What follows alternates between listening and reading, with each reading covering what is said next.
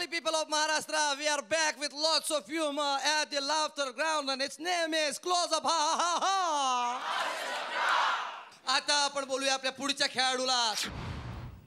मिर्झा बेग उर्फ मिर्झा एक्सप्रेस नेर परसोपंत. माझा असतो विनोदी बॅटिंगचा जांगडगुत्ता आणि मी चौके छक्के न मारत असतो सत्ता. आपल्या देशाला कृषीप्रधान का म्हणता माहीत आहे का?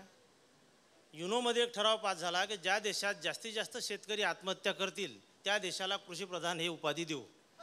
मग भारताच्या प्रतिनिधीनं पुराव्यानिशी हे सिद्ध केलं की भारतात दर 4 सेकंदाला एक मूल पैदा होते आणि दर 10 सेकंदाला एक शेतकरी आत्महत्या करतो.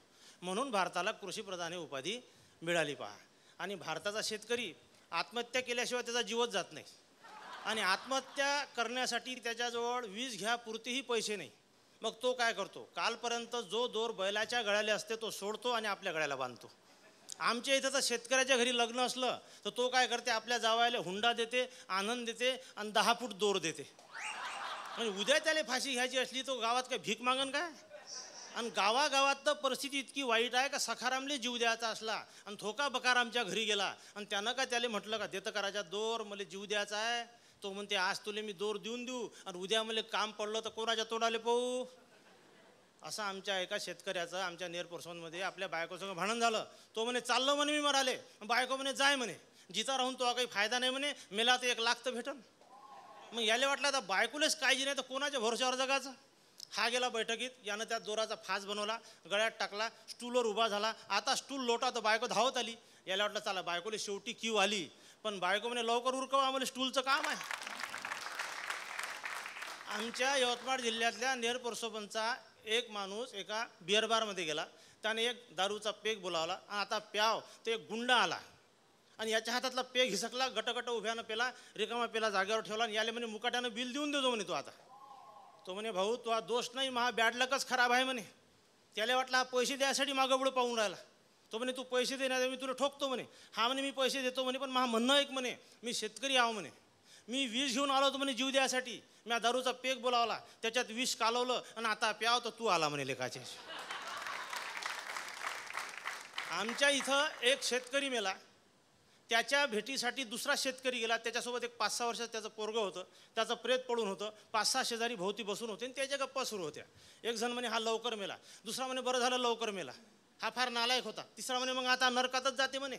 चौथा म्हणे नरकात म्हणजे कुठं जाते म्हणे माहीत आहे म्हणे? अरे नरकात म्हणजे हा अशा ठिकाणी जाते म्हणे का याले खाले गव्हाची पोळी नाही, याले प्याले फ्रीजचं पाणी नाही, हा अशा ठिकाणी चालला म्हणे का याले झोपाले बाज नाही भेटत म्हणे. शेतकऱ्याचं पोरग म्हणे बाबा आपल्या तर घरी नाही चालला म्हणे हा. आणि अशाही अवस्थेत आमचा बिग बी 3 लाखाचा गॉगल घालते आणि मग आमच्यातला कवी जागृत होते आणि त्याच्यावर एक कविता तयार होते का शेतकऱ्यावर प्रसंग फुटाने फाकाचा, शेतकऱ्यावर प्रसंग फुटाने फाकाचा, अमिताभचा चष्मा फक्त 3 लाखाचा. शेतकऱ्यावर प्रसंग फुटाने फाकाचा, अमिताभचा चष्मा फक्त 3 लाखाचा, चड्डी बी त्याची असन हजाराची. आपण पाहिली नाही, मी आता कोण्याच हिरोची चड्डी नाही पाहिली तुम्हाला सांगतो.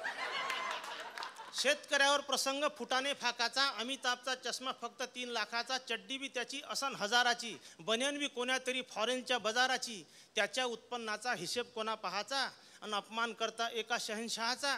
अरे शेतकऱ्याचं करा सारं घरदार सेल आणि डोकं दुखत लावा नवरत्न तेल आणि डोकं दुखत असन लावा नवरत्न तेल. आता आपल्या पुढच्या एक खेळाडू येत आहेत. त्यांना मागच्या एपिसोडमध्ये अर्धा नारळ मिळालेला होता, तरी सुद्धा त्या येत आहेत.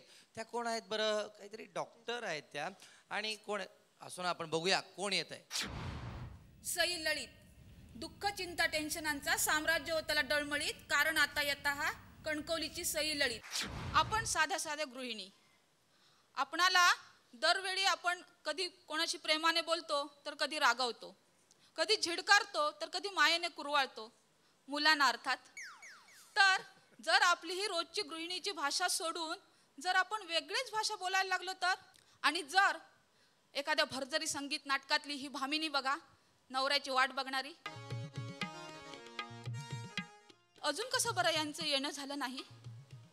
टीव्हीवरच्या साऱ्या कंटाळवाण्या सिरियल संपून गेल्या, जिकडे तिकडे लेट नाईटचे पिक्चर प्रज्वलित झाले, टीव्ही बघून बघून मुलं कंटाळून झोपून गेली, तरीही अजून आले नाहीत. काय बरं झालं असावं? गर्दी खूप आहे म्हणून 10-15 लोकच याने सोडल्या नसतील ना. फुकटचा प्रवास करायची इकडच्या स्वारीला भारी हौस. कुठे तिकीट चेकरने तर पकडलं नसेल की माझ्या मेलीच्या वैतागाला वसवशीला कंटाळून बार मध्ये तर बसणं झालं नसेल की ऑफिस मधल्या त्या स्लीवलेस चटक चांदणीला घेऊन कुठे चौपाटीवर. नाही नाही नाही, असं शक्य नाही, असं शक्य नाही. मला माहिती आहे ते आत्ता येतील, कारण मजवरी तयांचे प्रेम खरे, मजवरी तयांचे प्रेम खरे, मजवरी तयांचे प्रेम खरे. आत्ता 16-17च्या लोकल नेते येतील. येताना ताजं दूध, ताजा ब्रेड आणि पेपर आणतील आणि म्हणतील, प्रिये बघ मी तुझ्यासाठी किती लवकर पहाटे पहाटे आलोय. मजवरी तयांचे प्रेम खरे, मजवरी तयांचे प्रेम खरे. आत्ता ते दुधाचा ताजा अगदी गोड चहा तयार करतील, त्यात ब्रेड बुडवून मला तो भरवतील आणि मला म्हणतील, प्रिये अगं मुंबई आता दुथडी भरून वाहायला लागली आहे आणि मी मात्र तुझ्या समीप अगदी एकांकात आहे. असं सुख अभिषेकलाही दुर्लभ आहे आणि तू तर ऐश्वर्या झक मारावी एवढी गोड दिसतेस. चल चल आपण दोघं मिळून जोडीने नळाचं पाणी भरू. मजवरी तयांचे प्रेम खरे, मजवरी तयांचे प्रेम खरे, मजवरी तयांचे प्रेम खरे.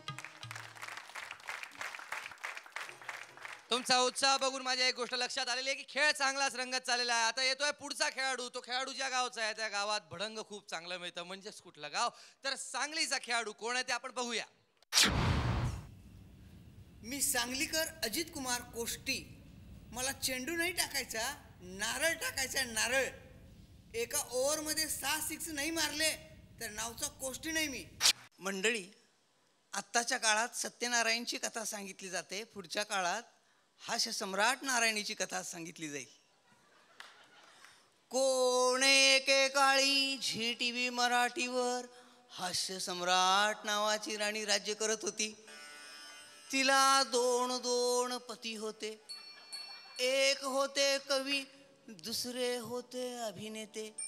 दोघेही तिची आपापल्या परीनं करमणूक करायचे, पण सगळा वेळ त्यांचा ह्यातच गेल्यामुळं त्यांना अजून पुत्रप्राप्ती होत नव्हती. आज बुधवार आहे ना, 10 वाजले का? चला सर्वांनी TV समोर बसून घ्या. एका तासामध्ये 12 जणांचे 12 अध्याय असतील. प्रत्येक अध्यायानंतर थोडी विश्रांती दिली जाईल. तेव्हा TV वरती बेलफूल टाकायचं, उदबत्ती ओवाळायची आणि जर कोण पेंगत असेल तर त्याला चटका द्यायचा आणि मनोमन प्रार्थना करायची हास्य सम्राट देवीची की हे देवी आता पुढचा तरी स्पर्धक आम्हाला हसवू दे. त्या काळी पंच सुद्धा विनोद सांगायचे, पण निकालाचं बटन दाबायच्या आधी सांगायचे. त्यामुळं स्पर्धकाला हसावं लागायचं, नाहीतर त्याला कोण हसतं. हास्य सम्राटच्या दरबारामध्ये नवद युवती सुद्धा येऊन बसायच्या. कुणीतरी मला TV वरती हसताना पाहिल आणि पसंत करेल. त्या काळामध्ये क्लोजअप नामक व्यापाऱ्यानं आपला धंदा बसवला होता. रोज लोक दात घासायला लागले होते. क्लोजअप व्यापाऱ्याकडं हास्य सम्राट दंतमंजन मागायला लागले होते. पण त्या व्यापाऱ्याचं स्वतःच एक दुःख होतं. त्याचे स्वतःचे दात पडले होते. हास्य सम्राट राणीच्या कृपेनं त्यानं बचाळी नामक यंत्र बसवलं आणि तो सुद्धा हसायला लागला. सगळीकडे आनंदी आनंद झाला. जस जसं राणीचं वय वाढायला लागलं तस तशी ती अधिक सुंदर दिसायला लागली. तिच्या जीवनात तिसराही आला. त्याचं नाव होतं सेलिब्रिटी पंच. आता राणी मलाही आवडायला लागली. अक्षता टाका TV वर नव माझ्यावर. त्या काळी सर्व स्पर्धक जण नायगावकर नामक काकाला घाबरत असत. कारण त्या काळामध्ये ते आपल्या जाडजूड मिश्याबद्दल आणि न हसण्याबद्दल प्रसिद्ध होते. हे पाहून अनासपुरे साहेबांनी स्वतःच्या मिश्या काढून टाकल्या. स्वतःच देखील हसणं मी विसरून जातो की काय असं त्यांना वाटायला लागलं. हास्य सम्राट राणीनं स्पर्धकांना भेट देण्यासाठी सुंदर अशा नारळवाल्या बाईची सोय केली होती. पण स्पर्धक म्हणत, हे राणी, नारळ आम्हाला नको, देवा पुढं ठेवा, आता हसा मराठीत. वहिनीला सांगा खळखळाटी प्रसादाचं ताट घेऊन या. 12 जणांपैकी कुठल्या 10 खेळाडूंची निवड होणार आहे याच्यावर बेटिंग सुरू आहे. बेटिंग सुरू असू देत, आपण आपली बॅटिंग करत राहूया. आपण थोड्याच वेळाने भेटूया, घेऊया एक छोटीशी हास्य विश्रांती.